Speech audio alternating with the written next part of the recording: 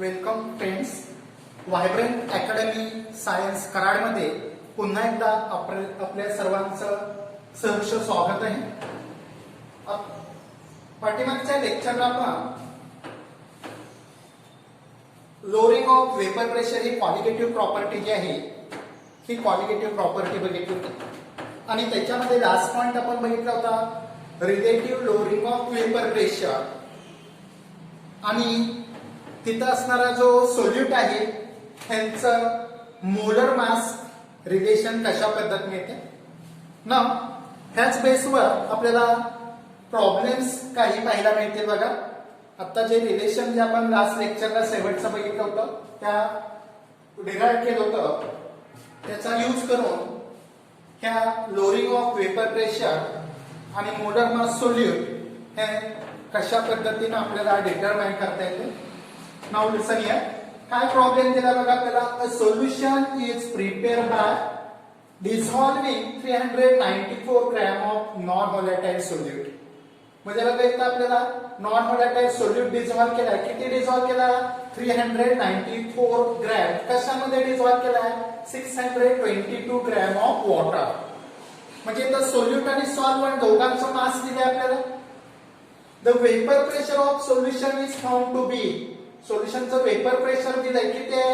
30.74 millimetre mercury at 30 degree Celsius. If vapour pressure of water म्हणजे इथं water हा solvent आहे आणि त्याचं वॉटरचं वेपर प्रेशर म्हणजे हे प्युअर सॉल्व्हंटचं वेपर प्रेशर असेल ती व्हॅल्यू दिली आपल्याला 31.8 millimetre mercury. Then what is the molar mass of solute. मग आता ज्यावेळेला आपण प्रॉब्लेम सॉल्व्ह करतो त्यावेळेला स्टेप वाईज आपल्याला पहिला पार्ट काय करावा लागतो? गिव्हन व्हॅल्यूज काय आहेत त्या लिहून घ्याव्या लागतात. गिव्हन मध्ये बघा solution prepare by dissolving 394 gram of non volatile solute. म्हणजे तिथं आपल्याला सोल्यूटचा मास मिळाला W2 is equal to 394 gram. कशामध्ये डिसॉल्व केलाय हा? तर 622 ग्रॅम ऑफ वॉटर. वॉटर हा इथं सॉल्व्हंट असेल म्हणजे सॉल्व्हंटचं मास W1 जे आहे ते सॉल्व्हंटचं मास आहे आणि ते किती मिळते आपल्याला? 622 ग्रॅम. बघा हा नॉन व्होलॅटाइल सोल्यूट वॉटर मध्ये डिसॉल्व केल्यानंतर सोल्युशन तयार झालं आणि ह्या सोल्युशनचं वेपर प्रेशर आपल्याला मिळतं. म्हणजे इथं आपल्याला P1 ची व्हॅल्यू असेल वेपर प्रेशर ऑफ सोल्युशन किती मिळते बघा? 30.74 मिलीमीटर मर्क्युरी. हे मास होतं कोणाचं? सोल्यूटचं. बघा लक्षात येण्यासाठी इथं हे काय सॉल्व्हंट असेल आणि P1 this is vapour pressure of कुणाचं वेपर प्रेशर असेल? सोल्युशनचं असेल. ये vapour pressure of water. Water हा इथं सॉल्व्हंट आहे म्हणजे प्युअर सॉल्व्हंटचं वेपर प्रेशर P1 0 आपल्याला दिलंय. किती आहे बघा? 31.8 मिलीमीटर मर्क्युरी. तर ह्या गिव्हन व्हॅल्यूज असतील vapour pressure of pure solvent. हे कुणाचं असणार आहे? वेपर प्रेशर प्युअर सॉल्व्हंटचं असेल. आणि मग ह्याच्या बेसवर आपल्याला काय फाइंड करायचंय? तर टू फाइंड काय फाइंड करायचं आहे? Molar mass of solute that is M2 is equal to question mark. M2 आपण मगाशी दोन टर्म्स बघितले होते M1 आणि M2. M1 म्हणजे काय असेल? This is molar mass of solvent असेल. तर M2 म्हणजे काय असेल? मोलार मास ऑफ सोल्यूट असेल. पण त्याचं फॉर्म्युला काय यूज केला होता बघा? फॉर्म्युला याच्यासाठी आपल्याला काय मिळाला होता? लास्ट जो आपण डिराइव्ह केला होता P10 minus P1 upon P10 is equal to काय मिळाला होता? तर W2 into M1 upon W1 into M2. आता बघा गिव्हन व्हॅल्यू आपण याच्यामध्ये पुट केल्या. P10 आपल्याला मिळाला किती? 31.8 मायनस P1 किती? 30.74 डिवायडेड बाय P10 किती पुन्हा आला? 31.8 इज इक्वल टू बघा W2 this is mass of solute. सोल्यूटचं मास किती आहे? 394 into M1 this is molar mass of solvent. आता इथं सॉल्व्हंट कोण आहे? वॉटर. आपल्याला माहिती आहे वॉटरचा फॉर्म्युला काय? H2O. आता बघा एखाद्या सबस्टन्सचा आपल्याला फॉर्म्युला माहित असेल तर त्याच्यावरून त्याचं मोलार मास आपल्याला डिटरमाइन करते. वॉटरचा फॉर्म्युला आहे H2O, हायड्रोजन किती आहे 2, बघा एका हायड्रोजनचा ॲटॉमिक मास किती आहे 1 आहे, ऑक्सिजन एकच आहे आणि ऑक्सिजनचा ॲटॉमिक मास किती आहे 16, म्हणजे आपल्याला मोलार मास किती मिळाला 18 ग्रॅम पर मोल. वॉटरचा मोलार मास किती असेल 18 ग्रॅम पर मोल, म्हणजे 394 into 18 डिवाइड बाय W1 आपल्याला दिसलं मास ऑफ सॉल्व्हंट किती दिलं आहे 622 into M2. त्या स्वरूपात आपल्याला ते रिलेशन. आता बघा याच्यामध्ये आपण 31.8 बघा इथं साइडला आपण सिंपल कॅल्क्युलेशन करून बघूया. 31.80 मायनस 30.74.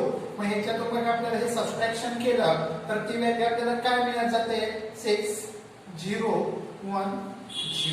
दॅट इज काय मिळेल 1.06 divide by 31.8 is equal to 394 into काय आहे बघा 18 आणि डिवायडेड बाय काय मिळते आपल्याला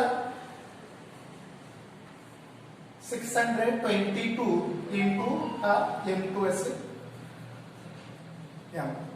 आता बघा हे जर आपण डिवाइड केलं तर ही व्हॅल्यू आपल्याला मिळते 0.033. हे कॅल्क्युलेशन करून आपण व्हॅल्यू काढली. नंतर बघा 394 इंटू 18 डिवाइड बाय 622. हे पूर्ण जर फ्रॅक्शन आपण डिटरमाइन केला ह्याचं मल्टिप्लिकेशन केलं आणि त्याला कशाने डिवाइड केलं 622 न, तर त्याचं आपल्याला मॅग्निट्यूड मिळतोय 11.4 डिवाइडेड बाय M. आपल्याला फायनल काय डिटरमाइन करायचे molecular mass of solute that is M2 is equal to काय मिळेल मग आपल्याला बघा 11.4 डिवाइडेड बाय 0.033. तर ह्याचं जर आपण डिव्हायडेशन करायला गेलो तर फायनल व्हॅल्यू आपल्याला मिळते बघा 342 ग्रॅम पर मोल. कारण M2 means this is an molar mass आहे आणि हे मोलार मास जर आपण बघितलं तर मास ऑफ 1 मोल आणि म्हणून त्याच्यासाठी युनिट काय मिळणार आपल्याला ग्रॅम पर मोल. युनिट काय असेल ग्रॅम पर मोल. आता बघा ज्यावेळेला तुम्ही कॅल्क्युलेशन करणार आहे त्यावेळेला जिथं शक्य आहे तिथं तुम्हाला जेवढं सिम्प्लिफिकेशन करता येईल तेवढ्या स्वरूपात सिम्प्लिफिकेशन करत जायचं. ज्यावेळेला तुम्हाला त्याचं सिम्प्लिफिकेशन किंवा ज्या वेळेला सबट्रॅक्शन डिव्हायडेशन वगैरे जे आहे ते डिव्हायडेशन ज्या वेळेला अशा पॉइंट मध्ये येतात त्यावेळेला त्याचं सिंपल फॉर्म करून घ्यायचं आणि नंतर पुढचं सबट्रॅक्शन जसं बघा 11.4 डिवाइड बाय 0.033. अशा केस मध्ये तुम्ही काय करणार तर हा पॉइंट सरकून घ्यायचा.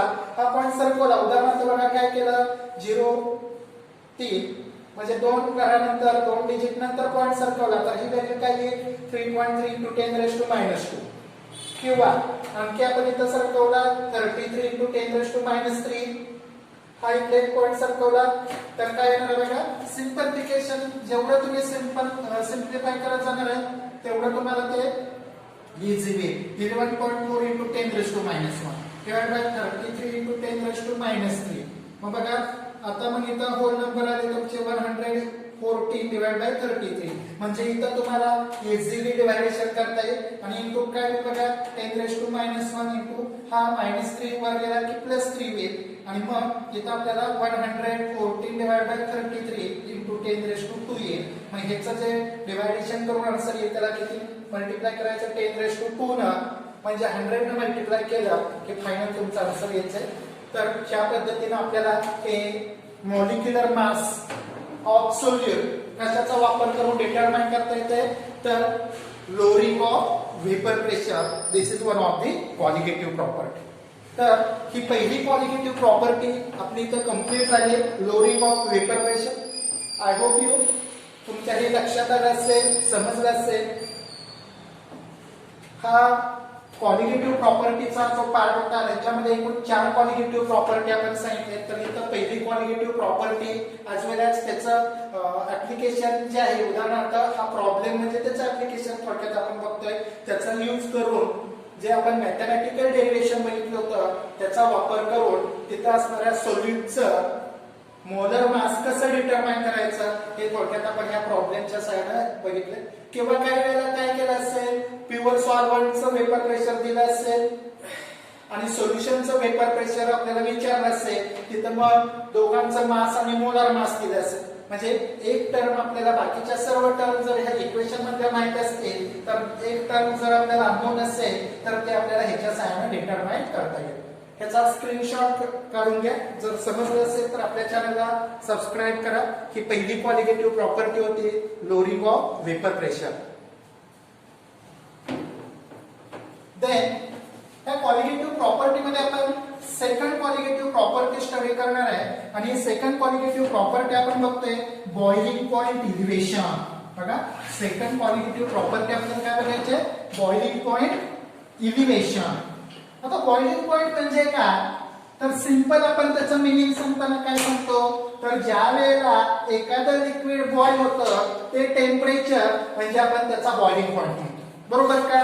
मात्र हे सिंपल मिनिंग झालं. सायंटिफिक मिनिंग बघायचं म्हटलं तर आपल्याला याच्यामध्ये काय मिळतं बघा बॉइलिंग पॉइंट म्हणजे काय तर सेकंड क्वालिटेटिव्ह प्रॉपर्टी आपण बघतोय बॉइलिंग पॉइंट इलिव्हेशन.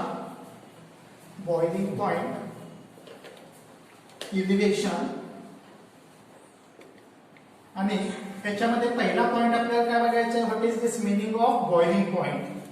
जसं बॉइलिंग पॉइंट कोणतंही लिक्विड ज्या टेम्परेचरला बॉईल होतं त्याला आपण काय म्हणतोय बॉइलिंग पॉइंट म्हणतो. आता ह्याच्यामध्ये जर आपण बघितलं तर लिक्विड बॉईल होतं म्हणजे नक्की काय होतं तर ज्या वेळेला लिक्विड आपण काय करतोय हीट करतो. हीट केलं की बघा आपण पहिली प्रॉपर्टी बघितली ती वेपर प्रेशर आणि ही वेपर प्रेशर जर बघितली this is an temperature dependent property. म्हणजे काय सोल्युशनचं जर टेम्परेचर वाढवलं तर त्याचं वेपर प्रेशर सुद्धा वाढतं. आणि बॉइलिंग पॉइंट म्हणजे आपल्याला काय मिळतंय the temperature at which vapour pressure of liquid becomes equal to atmospheric pressure. बघा ज्या टेम्परेचरला त्या लिक्विड पासून तयार झालेलं वेपर प्रेशर हे काय सांगितलं becomes equal to atmospheric pressure. म्हणजे त्या सोल्युशनवर जे प्रेशर असणार आहे उदाहरणार्थ समजा हे लिक्विड आपण घेतलंय तर ह्या लिक्विडवर जे एक्सटर्नल प्रेशर आहे बाहेरचं जे वातावरणाचा दाब आहे त्यालाच आपण काय म्हणतो ॲटमॉस्फेरिक प्रेशर. आणि मग ह्या लिक्विड पासून जे वेपर्स तयार होते हे जे वेपर्स आहेत ह्या वेपर्सनं जे प्रेशर तयार केलं त्याला आपण काय म्हणणार आहे वेपर प्रेशर ऑफ लिक्विड. मग लिक्विडच्या वेपरनं तयार केलेलं वेपर प्रेशर आणि त्या सोल्युशनवर असणारं ॲटमॉस्फेरिक प्रेशर ज्या टेम्परेचरला इक्वल बनतात ते टेम्परेचर म्हणजे काय असतं boiling point of liquid. Simply तुम्हाला माहिती आहे सगळ्यांना वॉटर म्हटलं तर वॉटरचा बॉइलिंग पॉइंट किती आहे 100 डिग्री सेल्सिअस. वॉटरचा बॉइलिंग पॉइंट किती आहे 100 डिग्री सेल्सिअस. म्हणजे 100 डिग्री सेल्सिअसला वॉटर काय होतं बॉईल होतं. पण तिथं जर आपण बघितलं तर त्याच्यामध्ये आपल्याला काय मिळते बघा वॉटर जे असणार आहे त्याचे जे वेपर्स तयार होते त्या वेपरनं जे प्रेशर तयार केलं ते म्हणजे वेपर प्रेशर वॉटरचं असं. नाव त्याच्यावर असणारा जो वातावरणाचा दाब आहे म्हणजे त्याला ॲटमॉस्फेरिक प्रेशर म्हणतोय आणि हे ॲटमॉस्फेरिक प्रेशर आणि वॉटरचं वेपर प्रेशर ज्या पॉइंटला इक्वल बनतं त्याला आपण काय म्हणणार आहे बॉइलिंग पॉइंट.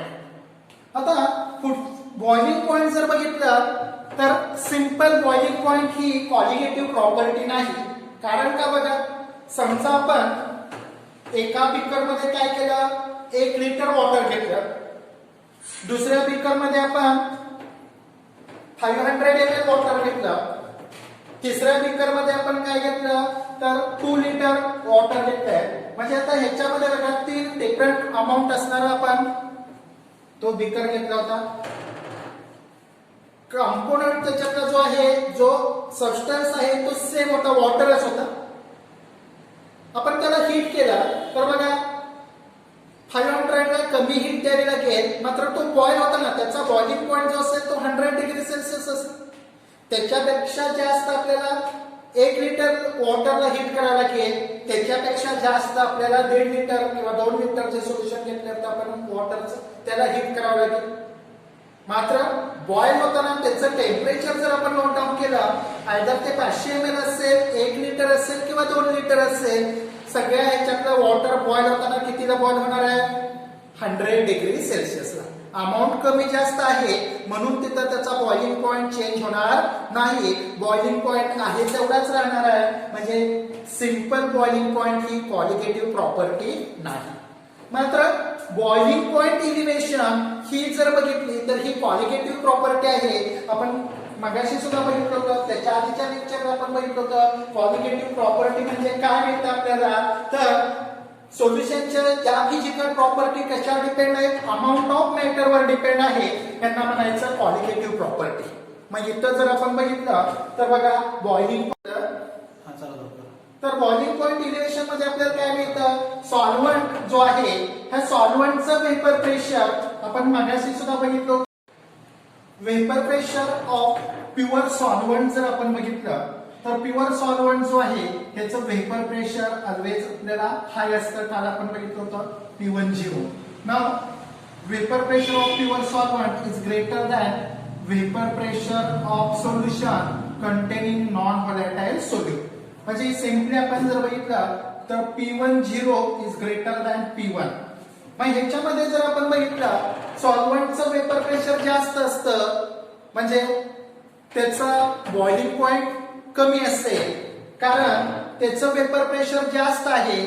ते ऍटमॉस्फेरिक प्रेशर एवढं बनण्यासाठी त्याला आपल्याला कमी हीट करावं लागेल. म्हणजे कमी टेम्परेचरलाच त्याचं वेपर प्रेशर ऍटमॉस्फेरिक प्रेशर एवढं बनेल. याचा अर्थ प्युअर सॉल्व्हंट जर आपण बघितला तर प्युअर सॉल्व्हंटचं वेपर बॉइलिंग पॉइंट जो आहे हा बॉइलिंग पॉइंट आपण जर बघितला boiling point of pure solvent हा नेहमी कमी असणार आहे. बॉइलिंग पॉइंट प्युअर सॉल्व्हंटचा काय असेल?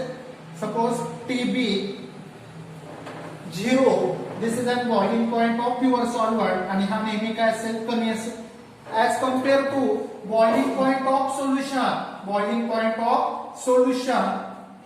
containing non volatile solute याचा बॉइलिंग पॉइंट मात्र काय असेल? जास्त असेल.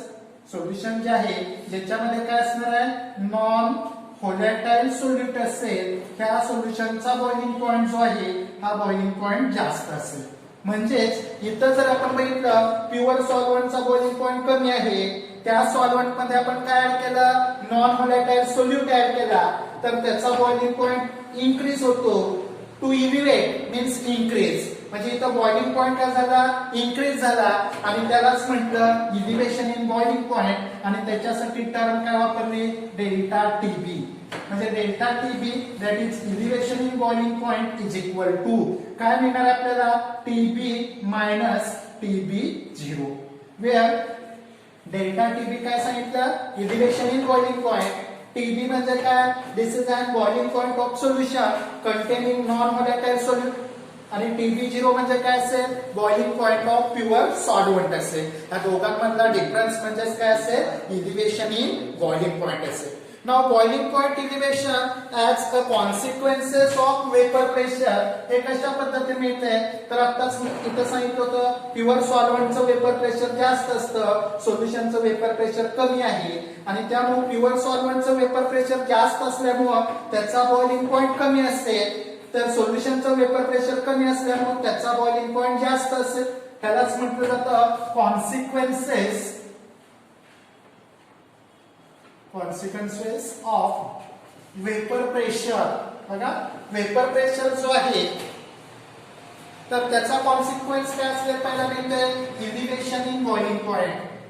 वेपर प्रेशरचा कॉन्सिक्वेन्सेस काय सांगितलं? Elevation in boiling point. म्हणजे बॉइलिंग पॉइंट इलिव्हेशन ही क्वालिटेटिव्ह प्रॉपर्टी कशावर डिपेंड आहे? तर वेपर प्रेशरवर. त्यालाच म्हटलं consequences of vapour pressure elevation in boiling point. आता हे एकमेकांवर कसे अवलंबून आहेत त्याच्यासाठी बघा तिथे मी ग्राफ प्लॉट करतो. इफ वी प्लॉट कशाचा प्लॉट काढला बघा? Vapour pressure against temperature. कशाचा ग्राफ काढला? Vapour pressure against temperature. Last lecture में आपण बघितलं होतं vapour pressure this is an temperature dependent property. Vapour pressure आपल्याला काय मिळते, टेम्परेचर डिपेंडंट प्रॉपर्टी असलेली पहिला मिळते. म्हणजे टेम्परेचर वाढलं की वेपर प्रेशर सुद्धा काय वाढणार, टेम्परेचर कमी झालं तर वेपर प्रेशर सुद्धा काय होतं, कमी होतं. आताच आपण बघितलं प्युअर सॉल्व्हंटचं वेपर प्रेशरची व्हॅल्यू अल्वेज जास्त आहे. If we plot vapour pressure against temperature, तर बघा त्या पद्धतीचा पहिला कर्व आपल्याला मिळतोय. आणि हा कर्व कशाचा मिळाला, this is an vapour pressure of pure solvent. कशाचा वेपर प्रेशर असेल, प्युअर सॉल्व्हंट. नाव ह्याच्यावरून ह्या कर्ववरून आपल्याला काय लक्षात येते बघा, as temperature increases vapour pressure of solvent is also increases. कारण वेपर प्रेशर ही टेम्परेचर डिपेंडंट प्रॉपर्टी. नाव दुसरा कर्व बघा इथं प्लॉट केला सी डी, आणि हा कर्व कोणाचा असणार आहे, तर this is an vapour pressure of solution contain काय असेल त्याच्यामध्ये, नॉन व्होलॅटाइल सोल्यूट. ज्या सॉल्व्हंट मध्ये काय डिझॉल्व केलं आपण, नॉन व्होलॅटाइल सोल्यूट, तर तिथे हे सोल्युशन तयार झालं. आणि ह्या सोल्युशनचा वेपर प्रेशरचा कर्व हा मिळते सीडी. ह्याच्यामध्ये सुद्धा आपल्याला काय ऑब्झर्व मिळतं बघा, as temperature increases vapour pressure of solution also increases. म्हणजे सिम्पली जनरल पॉइंट आपण काल काय बघितलं होता, तर vapour pressure is temperature dependent property.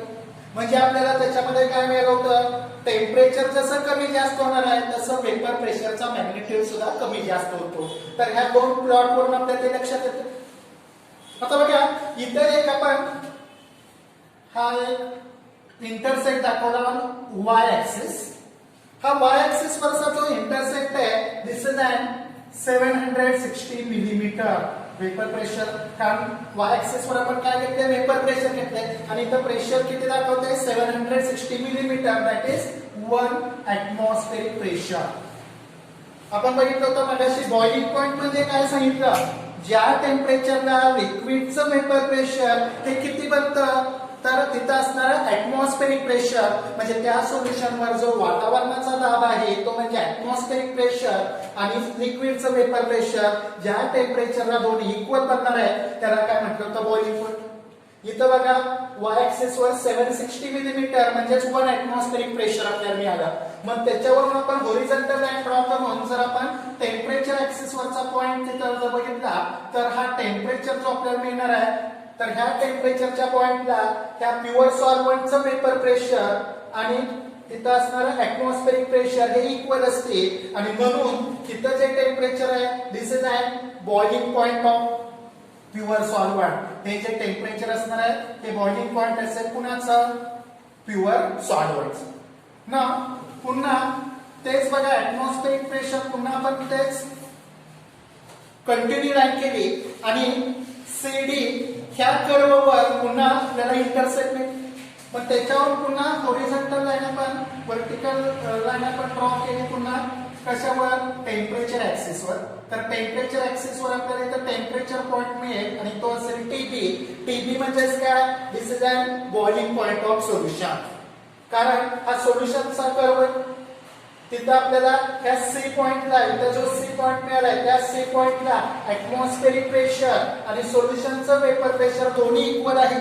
आणि म्हणून त्या पॉइंटला जे टेम्परेचर आहे ते टेम्परेचर म्हणजे सोल्युशनचा बॉइलिंग पॉइंट असेल. तसं इथं जो ए पॉइंट मिळतोय त्या ए पॉइंटला एबी कर्व होण्यासाठीचा दाखवलाय प्युअर सॉल्व्हंट. मग ए पॉइंटला vapour pressure of pure solvent आणि तिथं असणारा ऍटमॉस्फेरिक प्रेशर दोन्ही इक्वल बनले.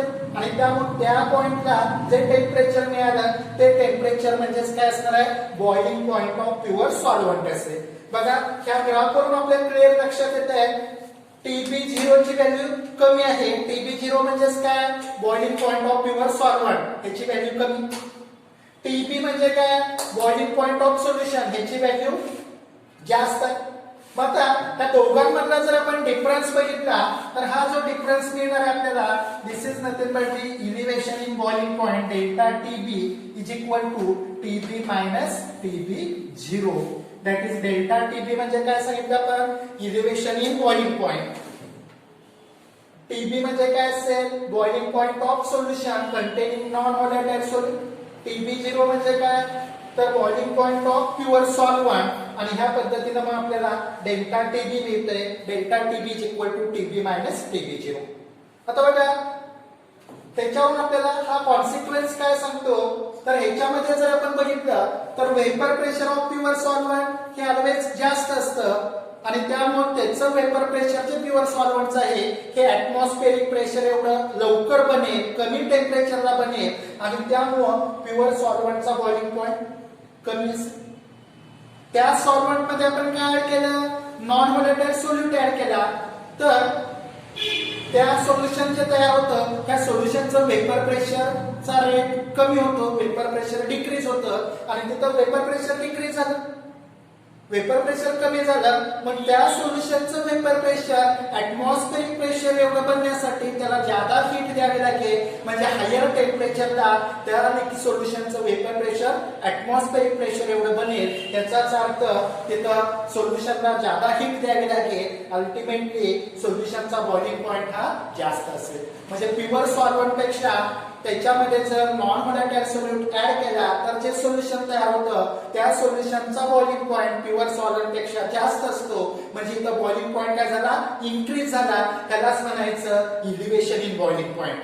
त्यालाच काय म्हणायचं, इलिव्हेशन इन बॉइलिंग पॉइंट. आणि हे बॉइलिंग पॉइंट कशावर डिपेंड असते, पहिला म्हणजे vapour pressure. Hence elevation in boiling point is a consequences of vapour pressure. म्हणजे वेपर प्रेशरवर कसा डिपेंडंट आहे हे आपण ह्या ग्राफच्या सहाय्याने तिथं एक्सप्लेन केलेलं पहिला मिळते. नाव त्याच्या सहाय्याने आपल्याला ही क्वालिटेटिव्ह दुसरी प्रॉपर्टी आपण बघतोय, इलिव्हेशन इन बॉइलिंग पॉइंट. तर इथपर्यंतचा पार्ट तुमच्या लक्षात आला असेल, इलिव्हेशन इन बॉइलिंग पॉइंट. तर हा इलिव्हेशन बॉइलिंग पॉइंट जो आहे this is an consequences of vapour pressure. मग वेपर प्रेशरशी रिलेट कसा करतोय ते आपण त्याच्यावर एक्सप्लेन केलं, आणि मग त्याच्या साह्यानं ग्राफच्या साह्यानं वेपर प्रेशर आणि टेम्परेचर हे दोन पॉइंटच्या बेसवर ह्या बॉइलिंग पॉइंट इलिव्हेशनचा आपण कॉन्सिक्वेन्सेस सांगतोय. इथपर्यंतचा पार्ट तुमच्या सगळ्यांच्या लक्षात आला असेल तर आपल्या चॅनलला सबस्क्राईब करा आणि शेअर करा. नाव स्टॉप हिअर. राहिलेला जो पार्ट असेल नेक्स्ट पिरियडला आपण कंटिन्यू करूया.